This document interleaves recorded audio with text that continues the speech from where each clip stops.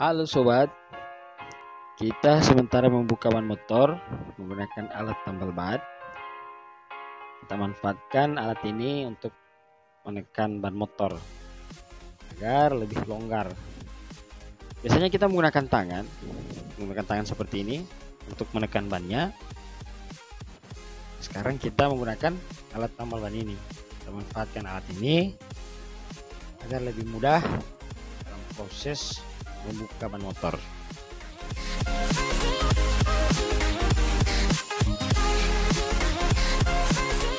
Selanjutnya, untuk menjaga agar pelek kita tetap aman, tidak cacat di saat membuka ban menggunakan alat jukit ban, kita di sini menggunakan selang yang sudah kita iris, sudah kita bentuk seperti ini untuk melapisi pelek motornya.